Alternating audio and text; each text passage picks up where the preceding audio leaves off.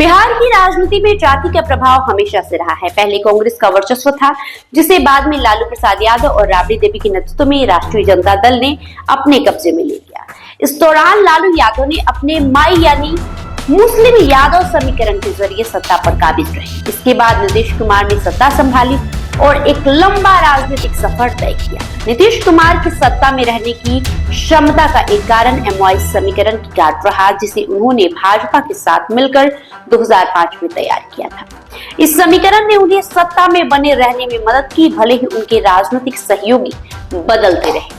आपको बता दें, लालू यादव के राजनीतिक वर्चस्व की सबसे बड़ी वजह था उनका मजबूत MY समीकरण, यानी मुस्लिम और यादव वोट बैंक। बिहार में 1990 तक कांग्रेस का राज्य रहा। 1990 के चुनाव से पहले भागलपुर में दंगे हुए थे, इससे मुस्लिम समाज कांग्रेस से नाराज था।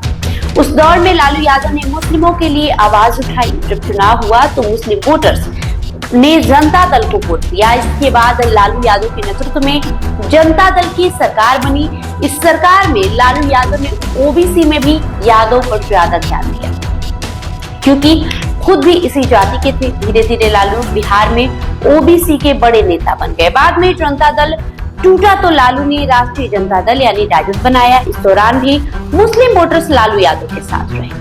लालू के साथ यादव और मुस्लिम वोटर्स आने से राजद का MY समीकरण बन गया। M का मतलब मुस्लिम और Y का मतलब यादव है। हालांकि लालू यादव पर कई आरोप लगे, फिर भी राजद बिहार में 15 सालों तक सत्ता में काबिज रही। लालू यादव की राजनीति और MY समीकरण ने उन्हें सत्ता में बनाए रखा। लोग उनकी सोशल इंजीनियरिंग को मानते भी थे, इससे उन्हें खूब फायदा हुआ। आपको बता दें कि राज्य की जातिगत जनगणना के अनुसार बिहार की कुल आबादी में 17.7% मुस्लिम और 14% यादव है, यानी कुल मिलाकर 32% वोट इन्हीं दो वर्गों से आते हैं। बिहार विधानसभा की लगभग 50 सीटों पर मुस्लिम मतदाता निर्णायक भूमिका निभाते हैं, जबकि 6 दर्जन सीटों पर यादव और मुस्लिम वोट बैंक चुनावी जीत हार तय करते हैं। इसी समीकरण के दम पर राजद ने 15 सालों तक सत्ता पर राज किया। लालू यादव का MY समीकरण एक समय ऐसा था कि बिहार में राजद को हराना मुश्किल माना जाता था, लेकिन नीतीश कुमार की जदयू और बीजेपी की जोड़ी ने 2005 के बिहार चुनाव में लालू का यह तिलिस्म तोड़ दिया। कानून व्यवस्था के साथ विकास और हिंदुत्व ने राष्ट्रीय जनतांत्रिक गठबंधन यानी कि NDA को बिहार की सत्ता तक पहुंचाया। नीतीश कुमार की सरकार बनने के बाद अपराध पर लगाम लगने लगी और सड़कों का निर्माण हुआ। इससे उनके सुशासन बाबू वाली छवि बनी। NDA ने लालू की सोशल इंजीनियरिंग को काउंटर करने के लिए कहीं जाति तो कहीं वर्ग की राजनीति पर ध्यान दिया। बीजेपी ने अपने सवर्ण और वैश्य वोट बैंक के साथ हिंदू कार्ड खेला। उन्होंने गैर यादव OBC को भी साथ लाने की कोशिश की। पार्टी ने नित्यानंद राय जैसे नेताओं को आगे बढ़ाया। भूपेंद्र यादव को कई साल तक प्रदेश प्रभारी बनाकर यादव वोट बैंक में सेंध लगाने की रणनीति पर भी काम किया। लालू के समीकरण में Y यानी यादव पर बीजेपी ने ध्यान दिया, वही M यानी मुस्लिम में सेंध लगाने की रणनीति जदयू ने अपनाई। नीतीश कुमार की पार्टी लव कुश, जिसमें कि कोयरी और कुशवाहा समीकरण के साथ ही महिला और मुस्लिम वोट बैंक पर खूब ध्यान दिया गया। खासकर उन्होंने पसमानदा मुसलमानों को साथ लाने की कोशिश की। भागलपुर दंगों की जांच, पीड़ितों को आर्थिक सहायता और कब्रिस्तान की बाउंड्री जैसे फैसले लेकर नीतीश कुमार ने मुस्लिम समाज में अपनी पैठ बनाई। नरेंद्र मोदी को PM पद का उम्मीदवार बनाए जाने का विरोध करके नीतीश कुमार ने NDA से नाता तोड़ लिया था।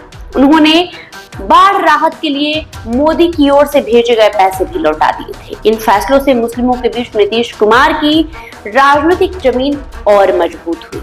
जातीय भावना से हटकर नीतीश कुमार ने छात्राओं को साइकिल दी और शराबबंदी लागू की।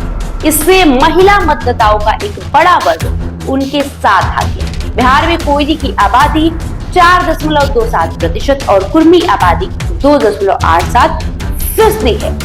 तो इसी तरीके से 2005 में नीतीश कुमार और भारतीय जनता पार्टी ने मिलकर लालू यादव का जो एक अभेद किला था उसको तोड़ डाला और तब से लेकर अब तक, हालांकि कुछ दिनों के लिए सत्ता में महागठबंधन कुछ समय के लिए आई भी थी, लेकिन तब से लेकर अब तक बिहार की राजनीति में तकरीबन 15 सालों से बिहार की राजनीति में NDA गठबंधन का ही वर्चस्व है। बात करें मुख्यमंत्री की, मुख्यमंत्री नीतीश कुमार ही बने रहे। बहरहाल आपका इस वीडियो को लेकर जो भी प्रतिक्रिया होगा कमेंट बॉक्स में लिखते जाइए। बहुत बहुत शुक्रिया।